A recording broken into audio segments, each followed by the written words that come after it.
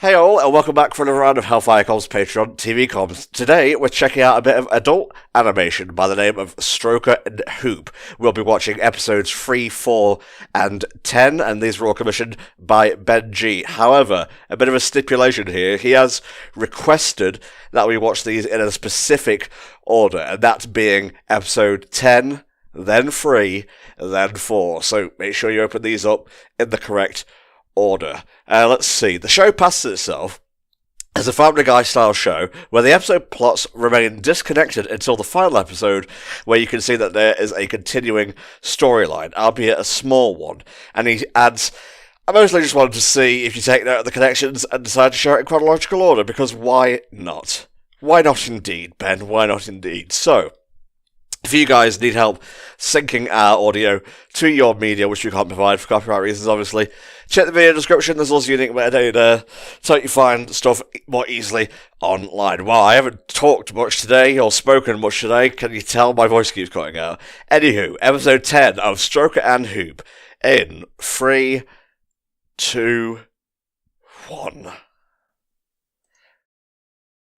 Wild stab in the dark here, Neo. You never seen this? No, I've only vaguely heard about it.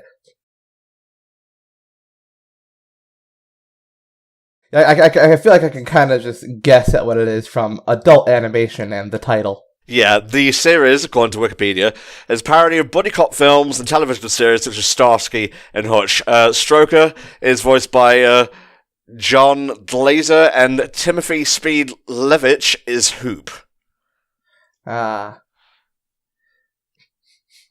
It's done in Flash, in case that wasn't obvious. Was that a fucking laser gun? Yeah. Adult animation kind of gets a bad rap, I feel.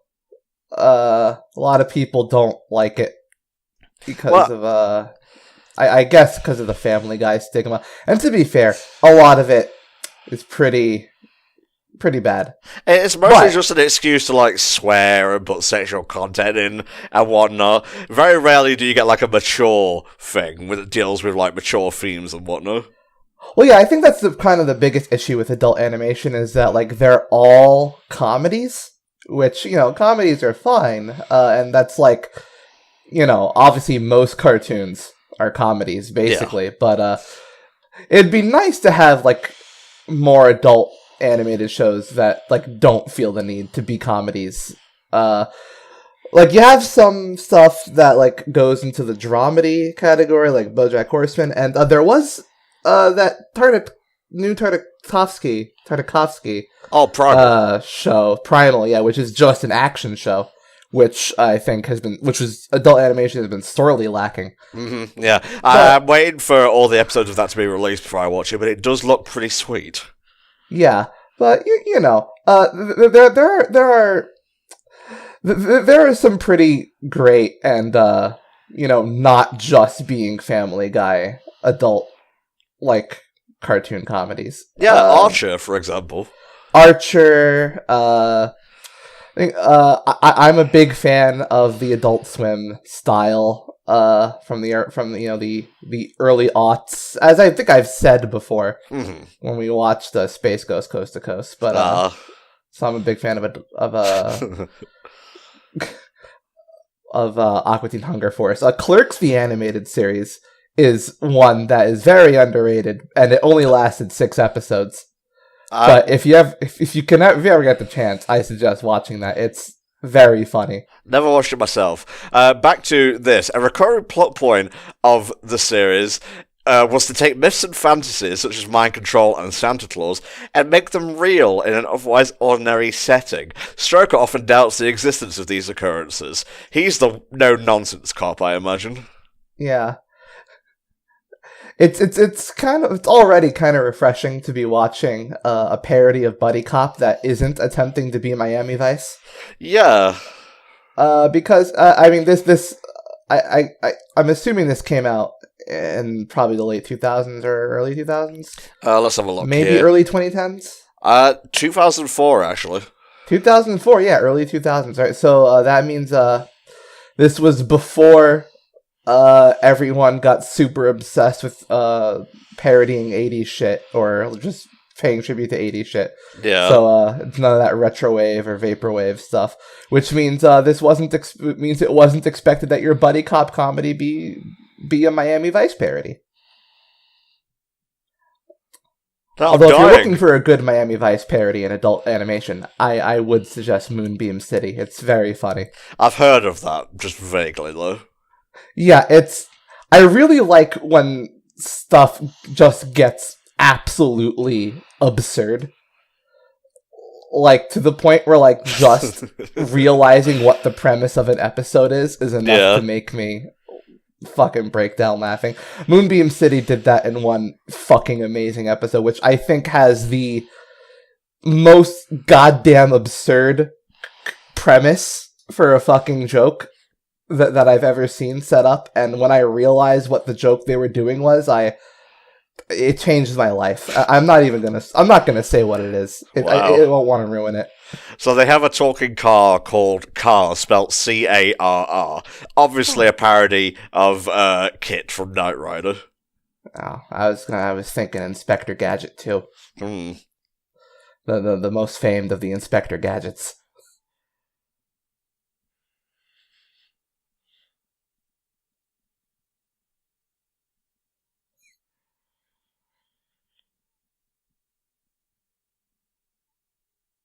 Wow, awkward. Cheating on your talking car with a not talking car.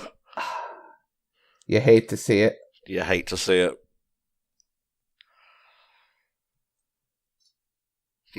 Okay, they're both into it. I thought it was going to be an awkward buddy situation there.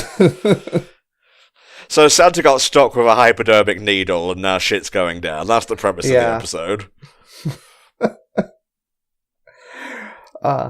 That's the... Random unintentional Christmas episode is another great comedic premise. It puts me in mind of the Boondocks, actually. Another bit of adult animation.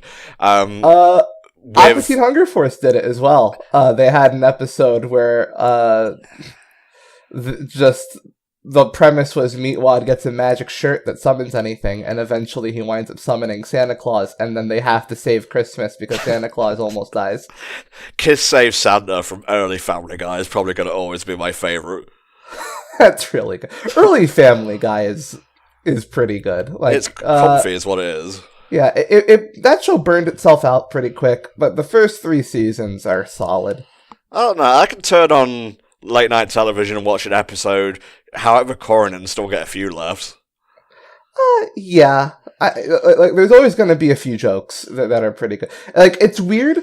I feel like Family Guy nowadays, it's weird that it's a show that's really less than the sum of its parts, because it's genuinely funnier just to watch individual gags now. Yeah.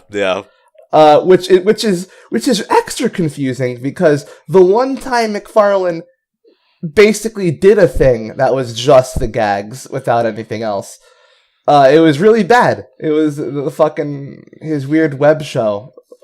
So I guess I don't know. There's some kind of magic formula that's ever elusive.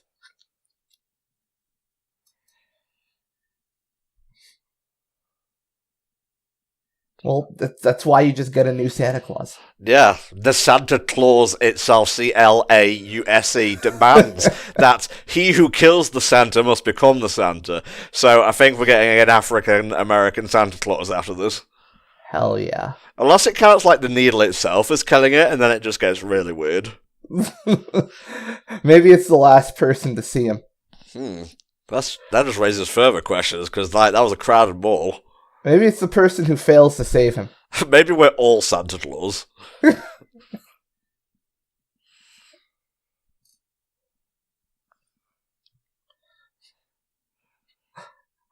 I really love that, how he's drinking there with the squeeze to spray it into his mouth. I didn't even notice that, yeah. That's wonderful.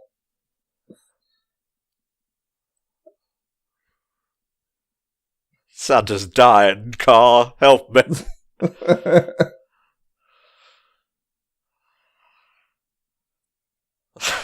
the fuck? I kind of like the comedic tone of this.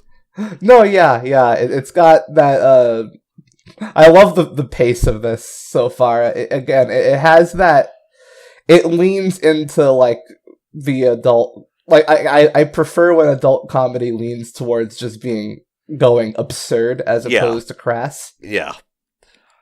That was always the best Family Guy stuff, was when it wasn't oh, look at all the blood and like fucking sex jokes we're putting in. It was more just, what weird shit are we going to throw onto the screen today?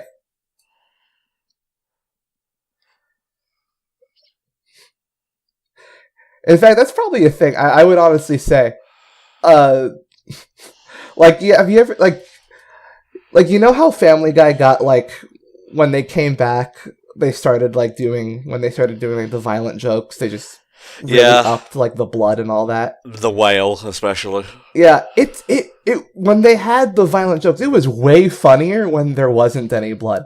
Yeah, I found, like, when they weren't doing that. Like I think the single funniest like just someone dies gag in Family Guy is fucking Fat Pauly getting shot for a solid 10 seconds. Jeez. And like fucking doing twirls in the air, but like there's no blood, he's just being filled with bullet holes.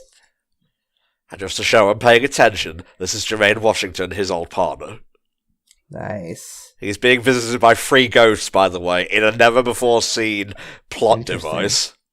Wow. Never seen a ghost do it that way. Why not, you know? Open portals.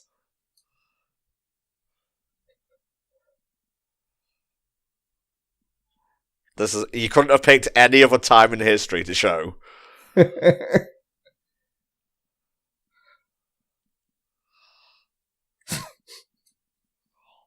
Oh no.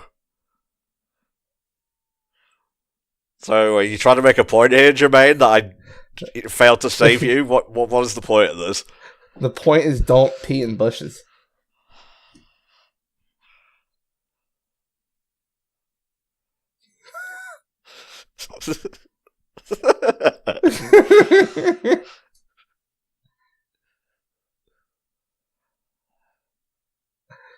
I like that the ghost is discovering this for the first time also. Now there's 2 ghosts.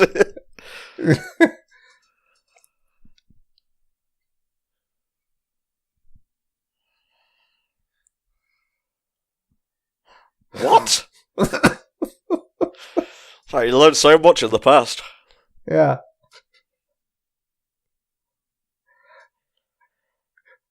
That would be that would itself would be a good premise just for something on itself. Like, a ghost goes to haunt their old friend to show them what life was like, and they just wind up learning that their friend was doing shitty shit to them the whole time.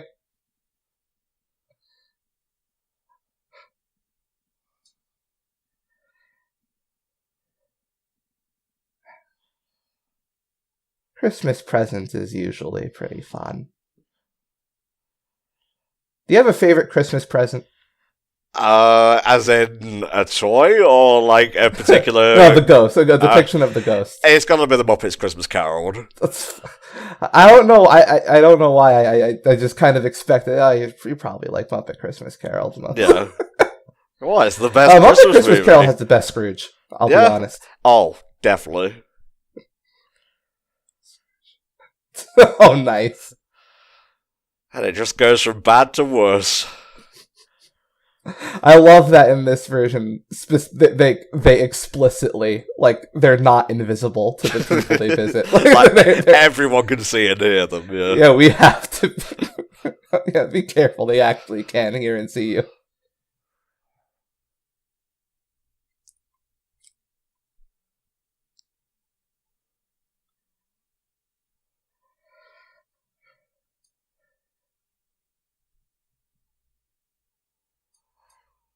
Well, it's a good job we're not watching this around December. I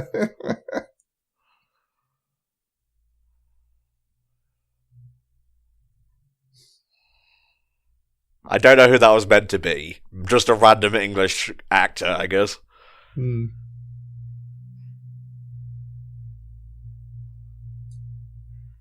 Is it Christmas Angels?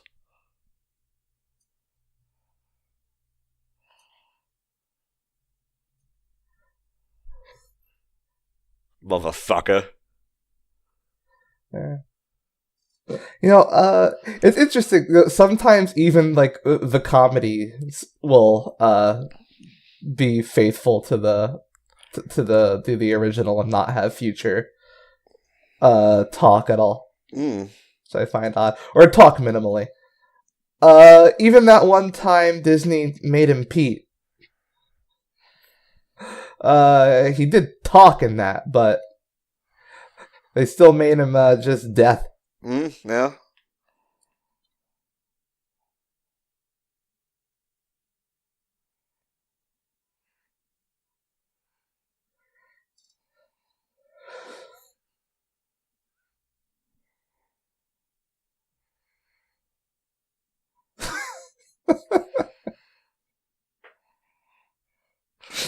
Yeah, that was a really stupid. Don't taunt your future self, alright?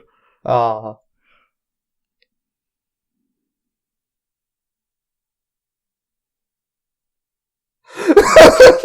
It's okay if the future one dies. Nothing's gonna happen then.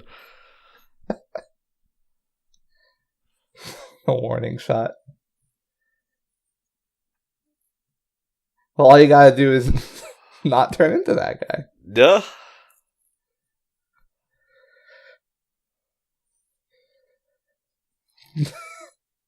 Yay.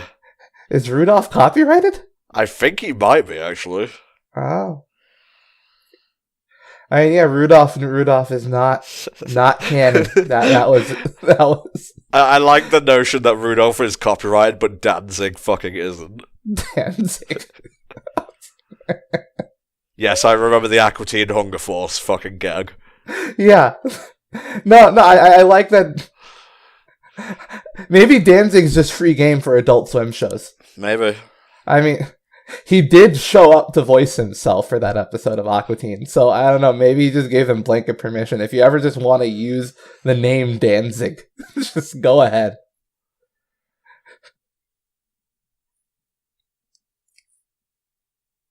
Now, I didn't know who Danzig was before I saw that episode. I did, because I had Guitar Hero for the PS2. Nice. Whoa. My car is Santa Claus. Future, I just gotta save you. Future, why are you still here?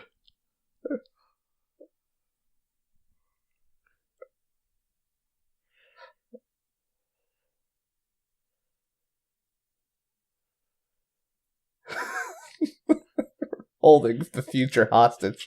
Alright, now we gotta call up Christmas past. We're going to change this.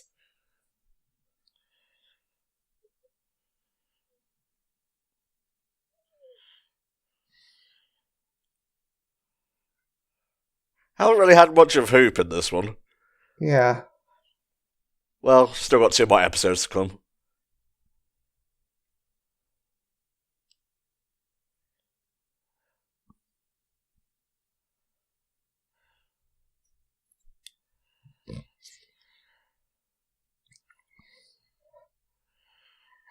What is it an antidote for? I don't know. Some nondescript thing he got stuck with. My first thought was AIDS and or diabetes. That would... If he had an antidote for that, that'd be... That'd be very... Well, I think you'd want to make more than one vial. Well, if it's for Santa, we'll put a rush on. Hey, they are doing it. Whoa.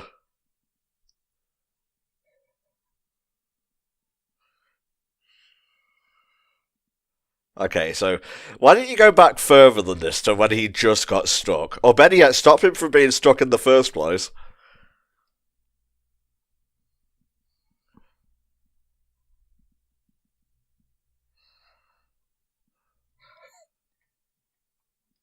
We've cured death. That was a fast-working serum. Yeah.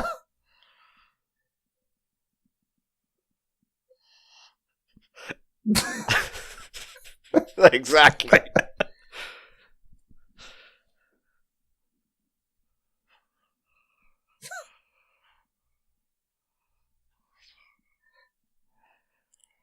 Now I just want a version of A Christmas Carol where Scrooge takes Christmas past hostage to steal to do a time heist. If I can control Christmas itself, I'll always be rich.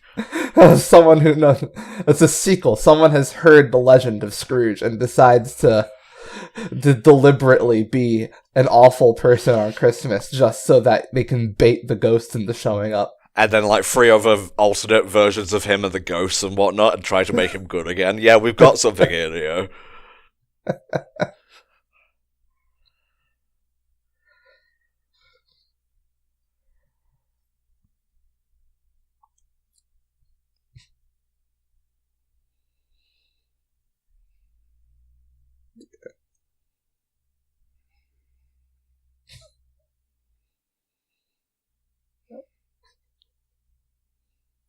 Aren't they already dead?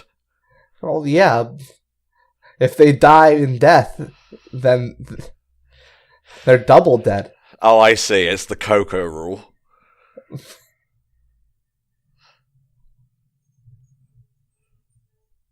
My suit's red for a reason, bitch. Santa would have a lot of rage issues. I mean, that's a stressful job. Yep.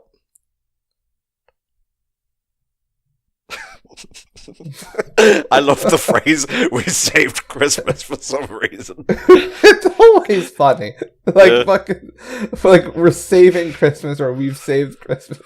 There's something, because it's such like a stock thing, but it's also like a stock thing and a stock plot that, like, when you think about it, have you ever actually seen it done straight? No. No, yeah, it's always a joke. So it's like, it's always like, it's not even, it's always just the idea that this is a cliche, despite the fact that, like, you never see it. It's like pulling a rabbit out of a hat. Like, that's the cliche magician thing. But magicians fucking never do that. Or, well, they do, but only if they're actually, but it's very rare, and it's actually very hard to do it, so most It's okay, Neo, I it. understand what you're trying to get at.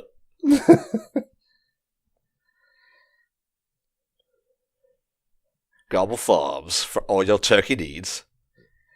Kidnapped Santa? That pisses me off. This does not rock. Easy, Gene.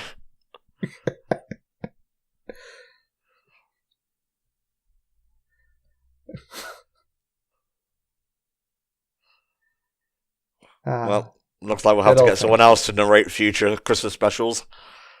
Well, Thanksgiving is definitely more macabre than Halloween. That was a good first impression for this, I think. Yeah, yeah. Ooh, that bass, though.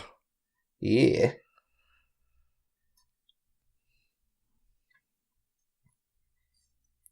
So now we're on to 3 next, right? I'm watching the ED, sir, but yes, 3 is next. The ED. Oh, my. Yeah. There we go. Turner Studios. Alright, close that down. What are your thoughts on the first episode we've watched of Stroker and Who, mate? Oh yeah, that was pretty decent. That's I would say that's above average for a lot of adult animation. It goes for like actually, you know, clever or you know, good jokes that you can't get if you're aiming for a general audience, which is what adult animated comedy should do. Yeah, I agree. Alright, up next we have episode 3. You ready, mate? I am. Here we go, episode 3 of Stroker and Hoop in 3, 2, 1. Alright, this episode is called Tinfoiled Again, aka Star-Crossed Livers. Every episode seems to have an AKA, like they couldn't decide on a full title, so they just went with both. Well, gag titles are always good. Yeah. Clerks, the animated series, which I brought up earlier, has had a gimmick where for every episode the title got longer. Yeah. I think the fifth episode is like a full paragraph long. I like that. It kind of reminds me of Oni Plays LP of Banjo-Kazooie, where the first episode is called Bubble Fula, and they just add an A on for every preceding part. Yeah. And then the final episode of Clerks is just called The Last One. Okay. One for each of us, alright. Penis. Or it could be a illegal cloning experiment. Who knows? Maybe.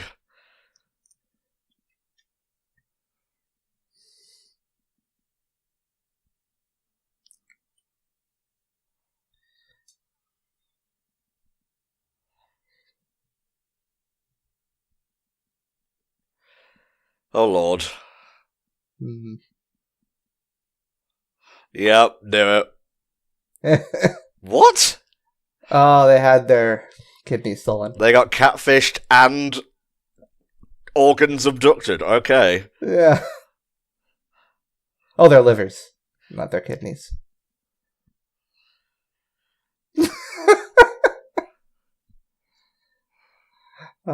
That's a good burn right there.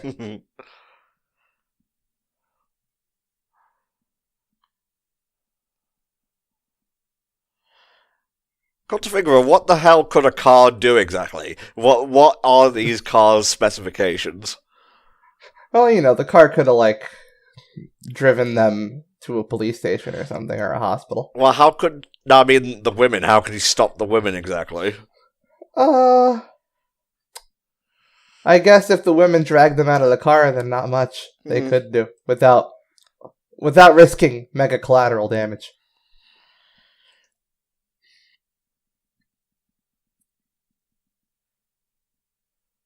It's kind of funny when the animation in the opening is less than the actual animation in the show. You don't often see that. And now back to the wacky adventures of the two cops who won't stop having sex with random women who steal their organs.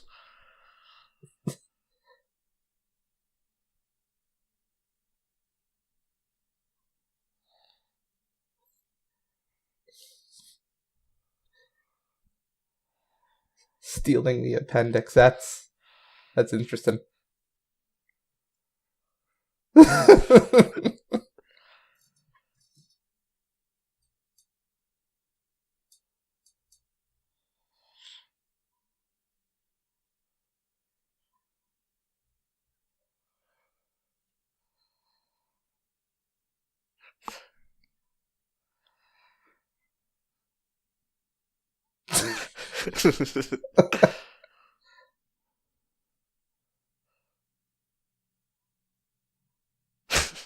Like, really? This is like James Woods High.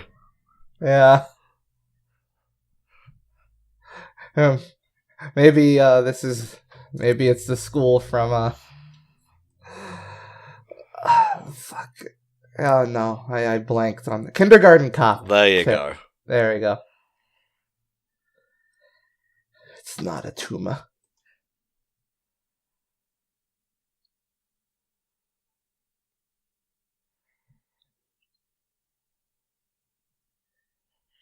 So this is his wife, then? Let's see. The son is called Keith, voiced by Mary Birdsong.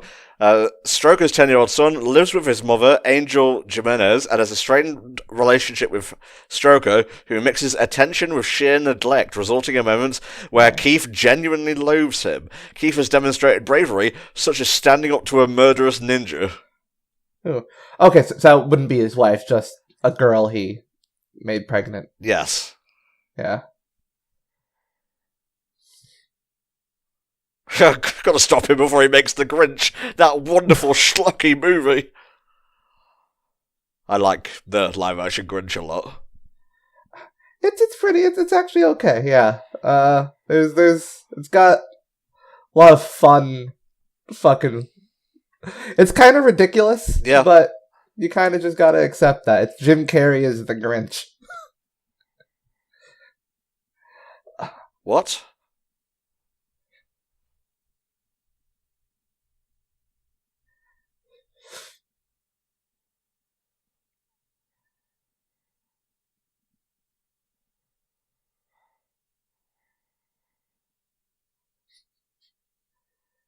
Oh yeah, go ahead. Feed into the delusion.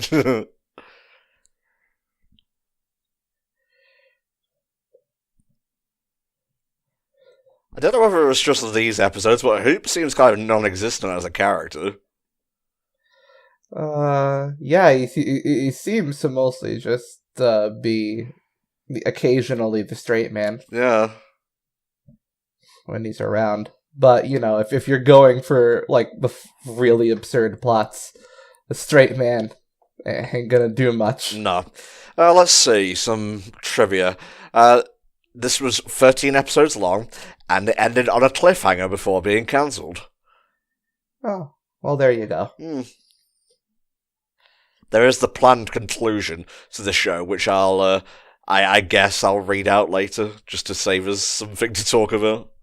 Yeah.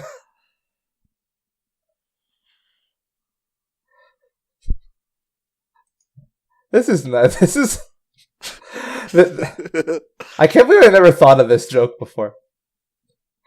A briefcase full of money, but it doesn't include the briefcase. Yeah.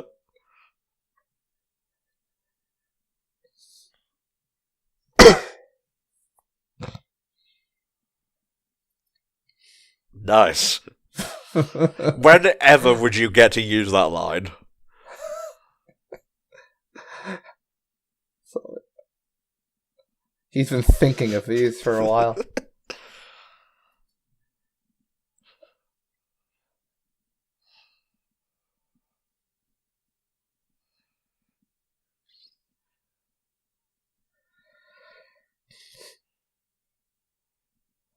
It's knockout gas, ain't it? Oh no. Oh.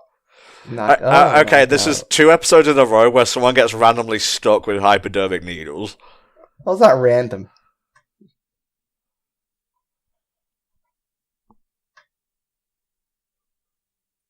It's like a talking computer car, though. Okay, I'll try not to think too much about it.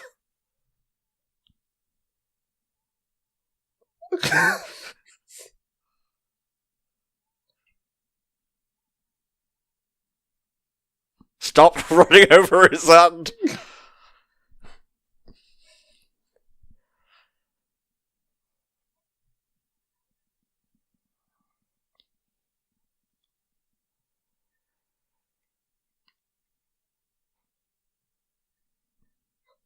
That Ron Howard's a devious guy. Yes. Damn him and his ways of directing good movies.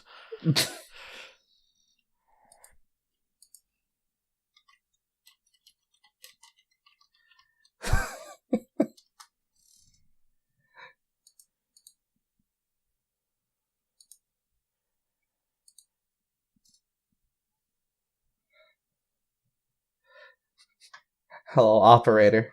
Give me Ron Howard.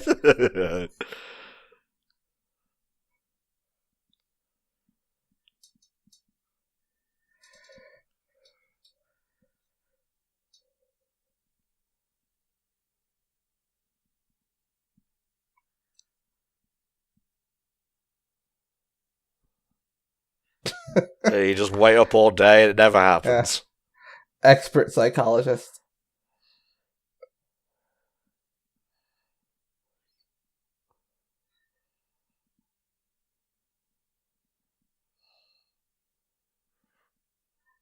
It's gonna turn out he actually is. Yeah.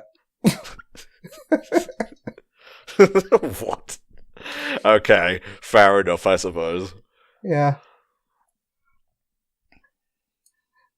I've seen enough shows like this to see something like that coming. I don't know if that's the actual Ron Howard either. I don't know. I'll look it up. Probably. I wouldn't put it past him, but probably not.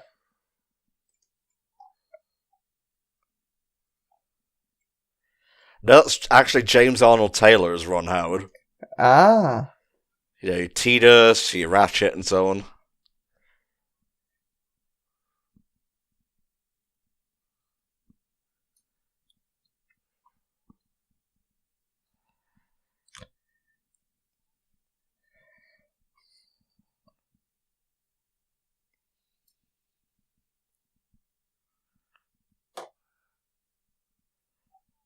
Focus that rage. You must hate them all.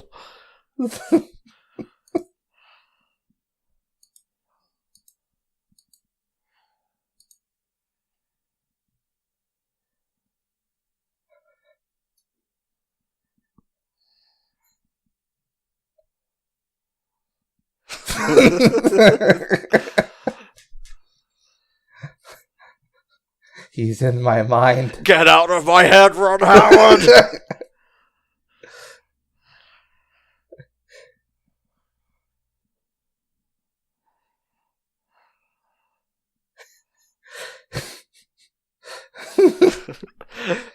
Why are you using your powers for evil? We're meant to unite Hollywood.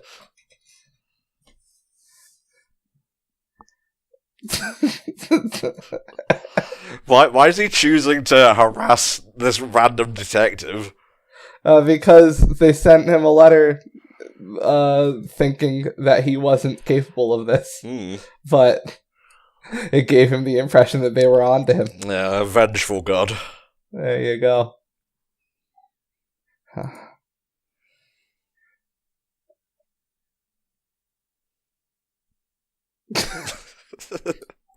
Background gags.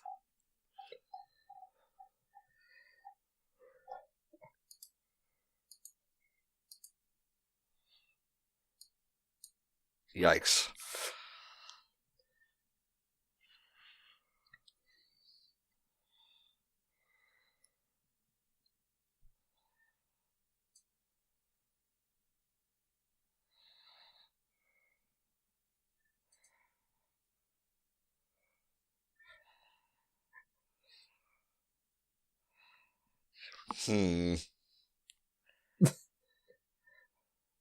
Charisma check failed.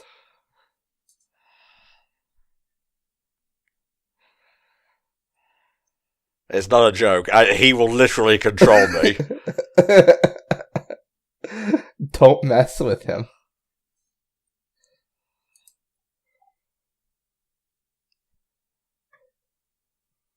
Okay. Look at these Klasky Super rip-offs of Stroker and Hoop.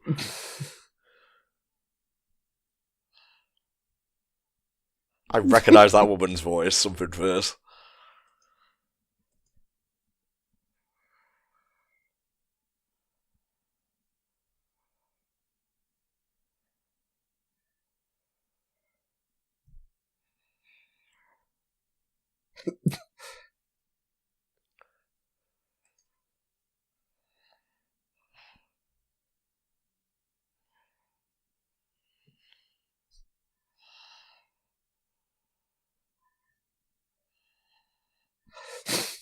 That's a turn.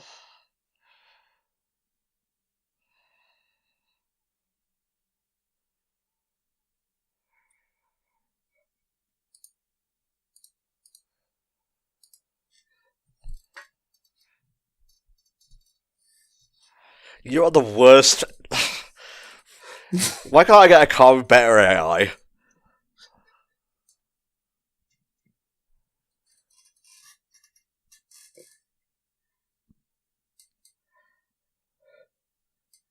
Okay, just so we're clear.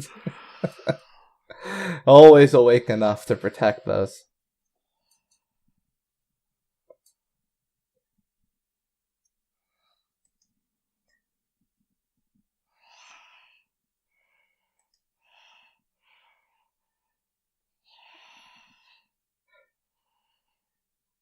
There he is, the most powerful man in Hollywood. Ron Howard, with his beautiful red hair and ways of making good movies.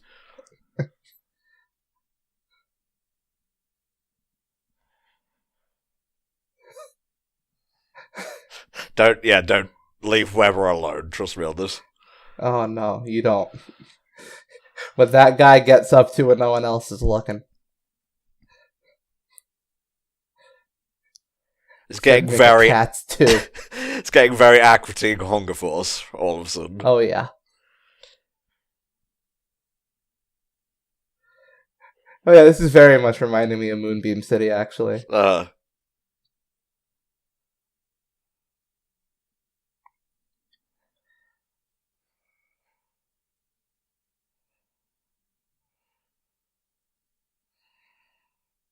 Oh, a dog.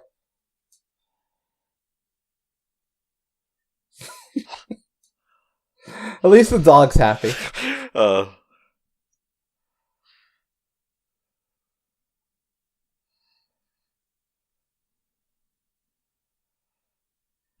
Wait, how are you contacting me right now? It's like King Kai. If you If you touch Ron Howard, you can talk to other people. Yeah.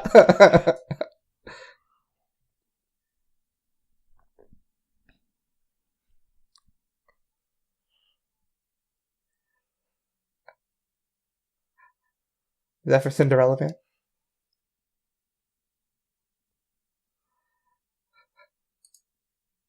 Actually, no, 2004. Cinderella Man wouldn't have been. Damn.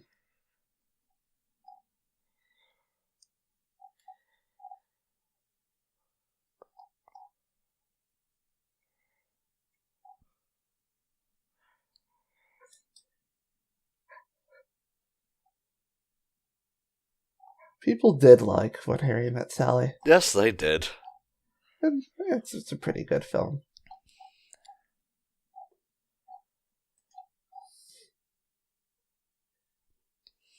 There, let it out. Apollo 13 is a pretty good Ron Howard movie.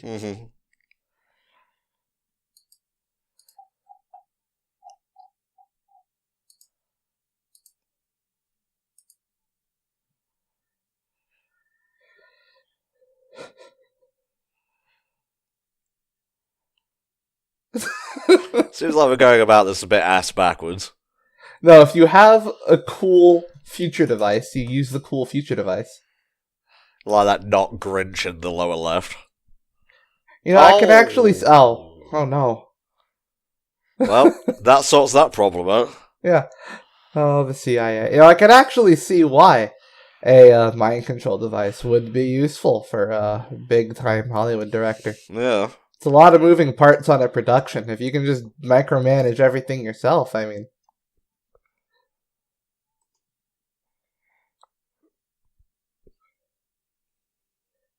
That'll take a long time to boil. Yeah, well, like you said, a couple of hours at least. Yeah.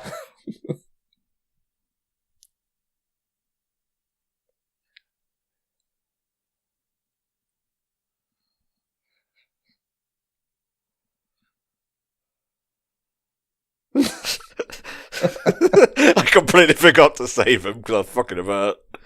Yeah.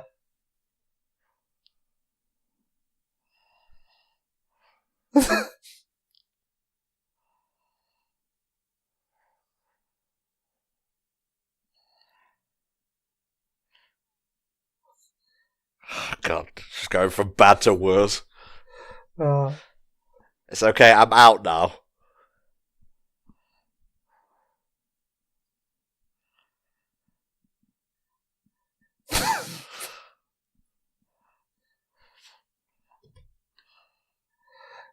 very petty. I like it. Yeah.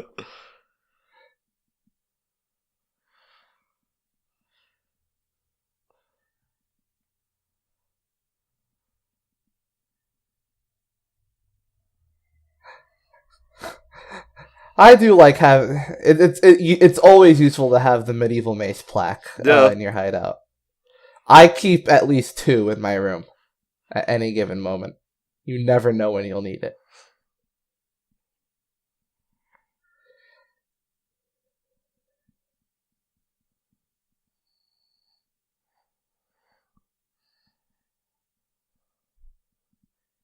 Oh, I see, it's a Kool-Aid situation. It's a Heaven's Gate, but we worship the appendix.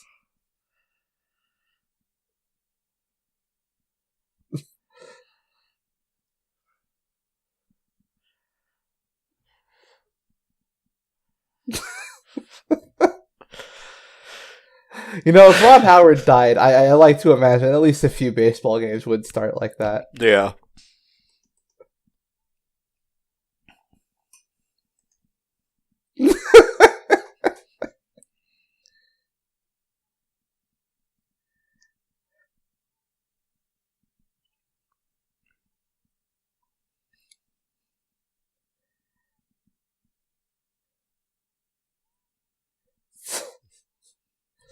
You know, the masturbation joke is easy, but you gotta respect going for the easy ones. Everyone gets one. Yeah.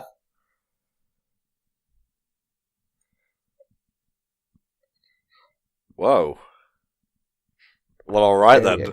I guess all he needed was the right motivation. Yeah. Alright, I'm gonna close that down. Yeah, that sure was an episode featuring Ron Howard mind controlling people. And that was great, yeah. It just plays into my thing again. I just, when you go for just the abject absurdity, it's always, that's the best route for comedy and shows like this. Indeed, mate, indeed. So, yeah, we just have episode 4 left if you're ready. I am ready. Alright, let's close out this batch of Stroker and Hoop with episode 4 in 3, 2, 1. Alright, here we go. Giving commentary on comedies is always a challenge, but, at least, this is a comedy that's just fun to watch, so. Yeah, I have always said, don't try and out comedy a comedy. Just react to it, enjoy it.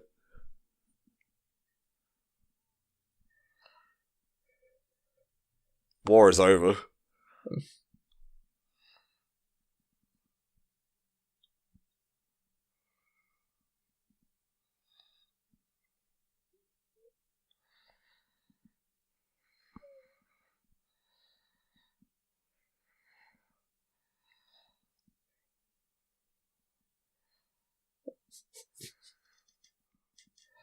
Just have puns on standby for every situation. Yeah. Teal the Terrible. So is this from a previous episode? I mean, flashback, it couldn't be anything else. Flashbacks have never lied to me. Yeah.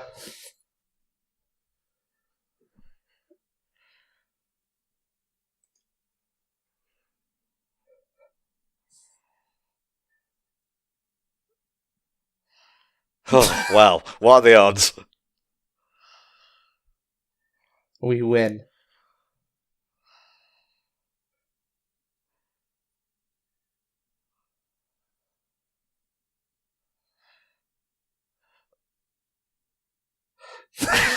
What are the odds? I like how that was a Spanish thing as well. Yeah. Okay, this episode is called The Rube Job, aka Revenge is a dish best served fried. So yes, I expect revenge. The opening graphics here, they make me think of the old Hot Wheels movies. Yeah, I love it.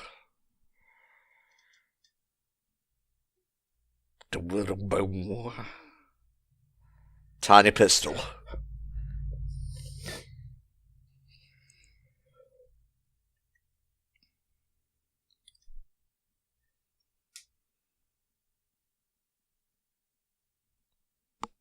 Alright. Cartel shit.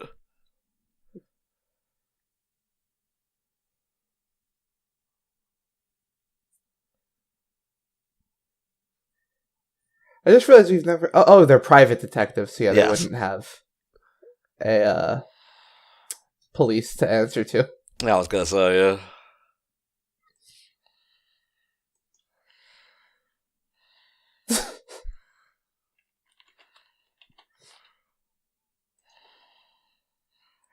Absolutely essential, need it. It's absolutely... Yeah. Usually it's Calvin from Calvin and Hobbes doing that when you have something, you put it on something. So, this guy respects Bill Watterson's wishes to not be commercialized. Yeah.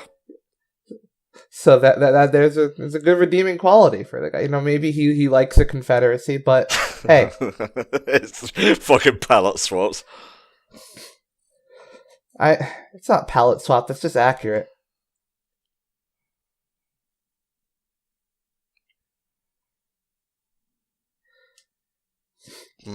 Worrying.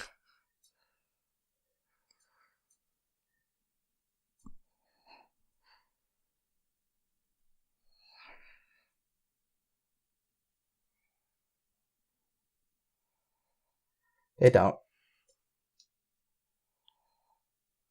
Well, that actually saves me a job. These things were really uncomfortable.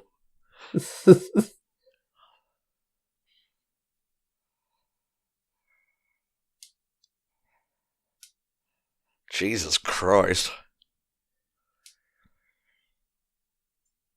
Well, now she is a southern delicacy.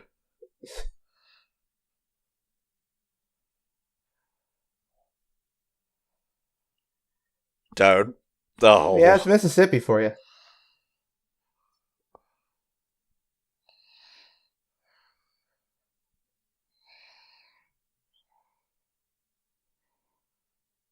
I don't know. I'm not seeing a comedy. I'm just seeing like a documentary here. Shut up, dear. Jesus. Apologies to any of our southern viewers.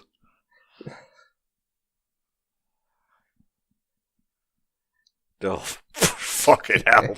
Never mind if the show isn't going to care, I'm not. Hey, it's not all the South, but this is Mississippi. Whipped dessert toppings, Jesus Christ. We just hedge our bets that no one who watches us is from Mississippi. Okay. And you know what?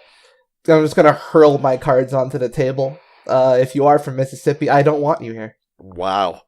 Well, thankfully he does not represent HFC, so fuck him. Legally. Legally. I do not. No. Actually, my opinions are representative of all employers, future, current, and past.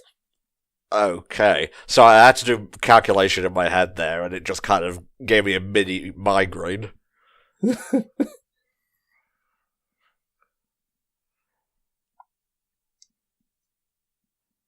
Very familiar sounding voice. California.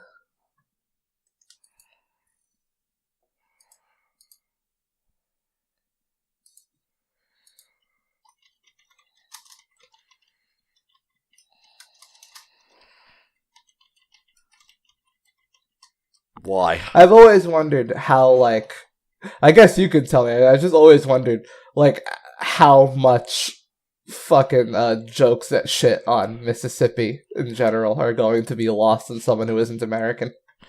I feel like I've got a good grasp on the South and Southern stereotypes just growing up. Stereotypes of the South in general, but this is, specifically the Mississippi area. Yeah. This is going because the South. There's a wide range of the South and the South and specific stereotypes in specific parts of the South. I mean, they're all negative, but they're all negative in different ways.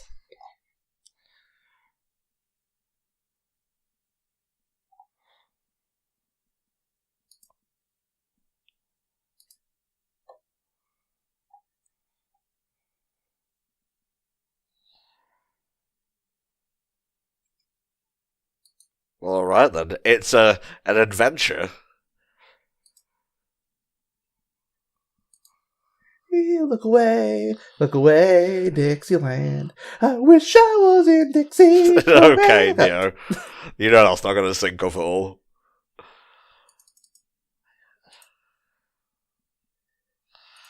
This song slaps, It's it was the Confederate anthem, but it's fine. It's a good song. Lincoln liked it.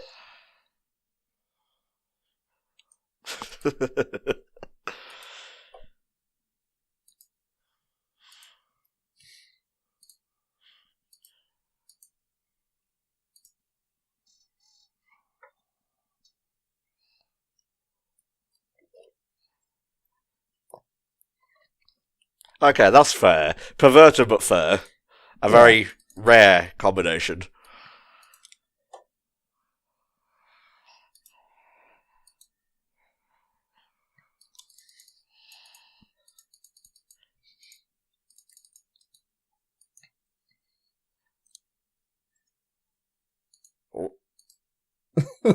Why can't we just protect them all then? But no pressure. Yeah, no pressure. What if he likes plain Janes instead? What if we just renamed you all to things he couldn't possibly... ruin his plans. Yeah. He'll come here expecting you to be like squash casserole, but looks like we've renamed you to beef lo mein. There you go. Oh no. Accidentally. That happens.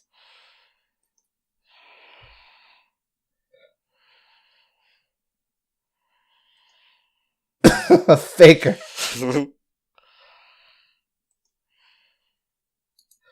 So, you think, what, you recognize the voice of the mayor there? Yeah, the mayor. I'm trying to find, like... It's, Jeff Bennett.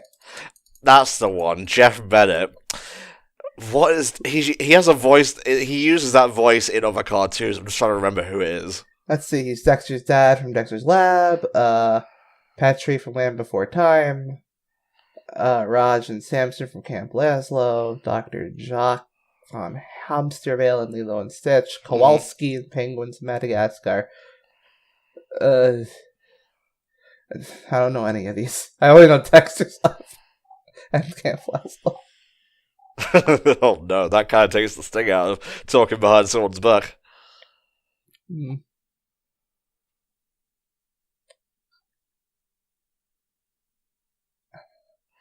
Damn, got him. Ouch.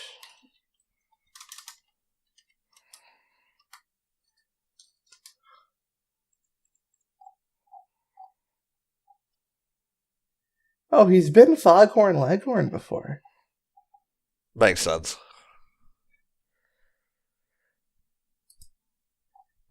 You know what, she's going to turn back and she's... Okay. I would have put a 50-50 bet on her being dead when they turn back around.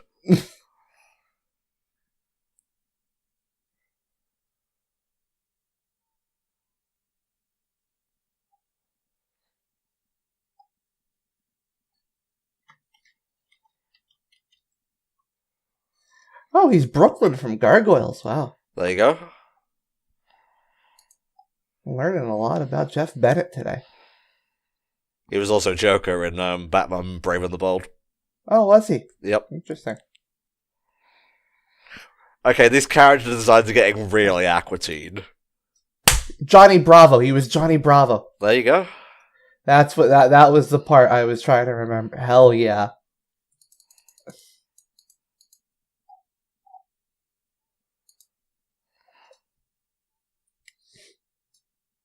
Oh god, I can see where this is going. It's gonna go Final Destination. Yep. Here we go.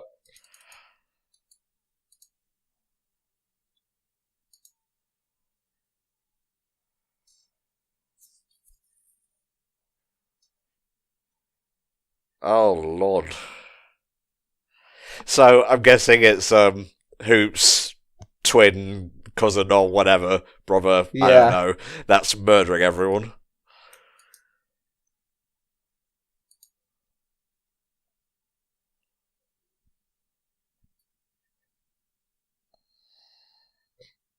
We've got to get this to a more appropriate crime scene so we can't be framed. Yes.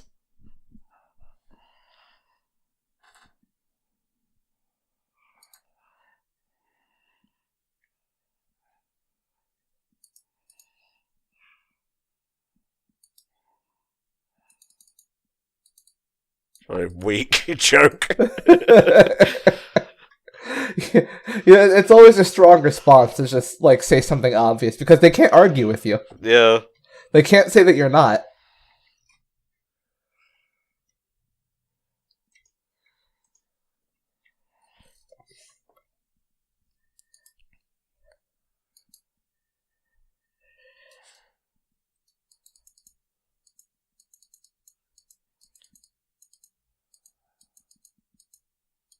Well, you are fucked, my friend.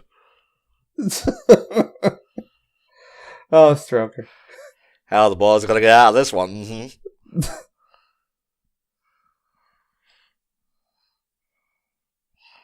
From a standing start? Wow. Yeah. It's the Dukes of Hazzard reference.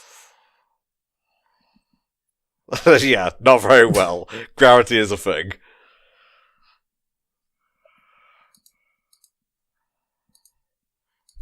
You know, all the referential humor so far has been pretty subtle. Yeah. It's not like just staring at the camera and saying, "Remember this?"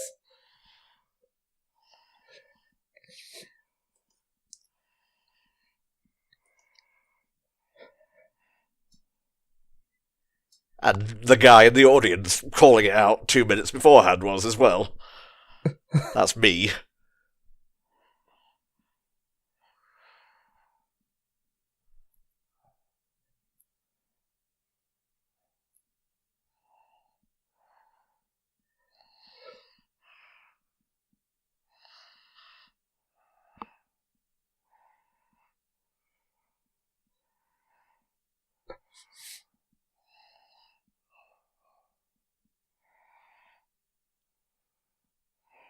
Like, what about this situation are you not getting? They're dead.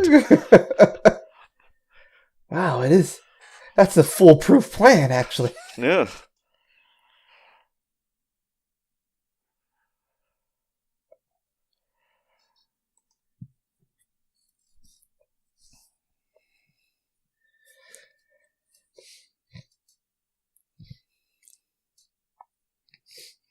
This is a funny B plot. Yeah. Just the fact that, they've got assassins after them. It's not really going anywhere. It's just this random mechanic just caught up in it all. That they just really, just fucking, the mob is after them, but, they're fucking inconsequential and they don't have to care about it. And, there's a murder going on at the same time. Jesus Christ.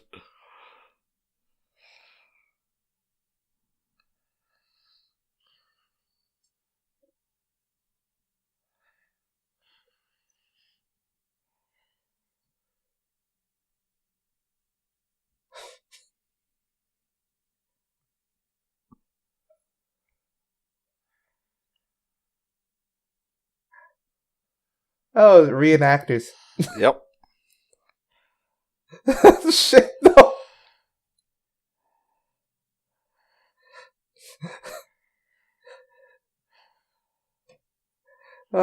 Civil War reenactments. They are. There are a few shows that have plots set during Civil War reenactments, and they're always fun. It's fucking. You think Ren Fair is for nerds? I mean, fuck. Civil War reenactors are hardcore. There's an episode of Psych, that has a Civil War reenactment, plot in it, and it's really good.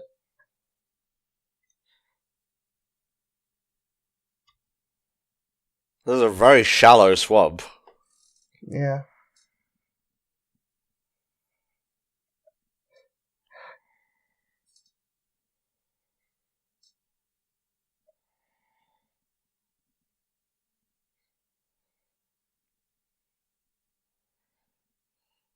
Hope it's Freebird.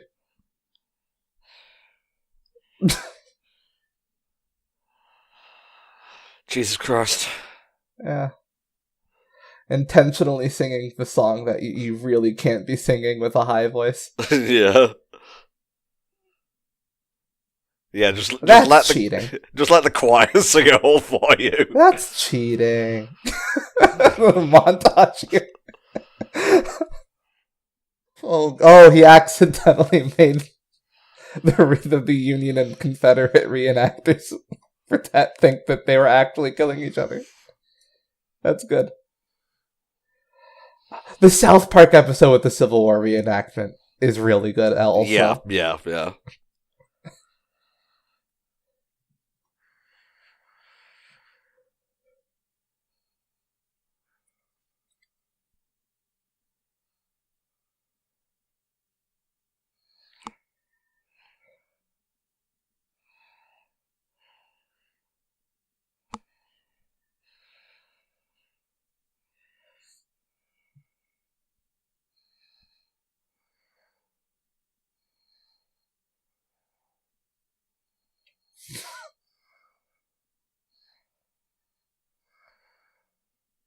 I'd recognize those thighs anywhere. Got him. Just gotta be sure.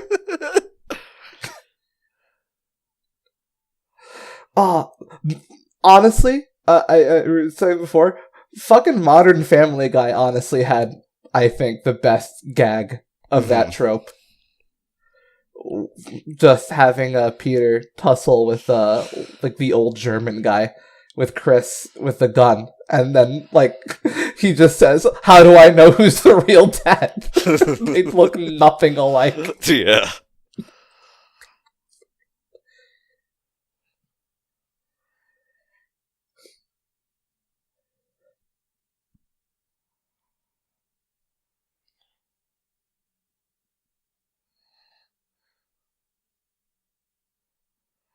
Yeah, we're not doing very well on our comic scores today.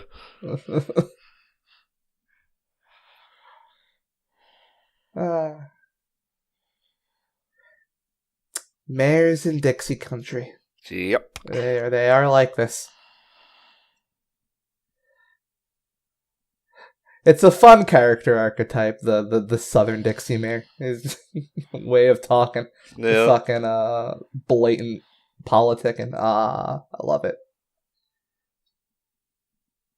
Now I really want to watch Oh Brother Where Art Thou again. There's my movie recommendation of the TV comp. Watch Oh Brother Where Art Thou. There you go.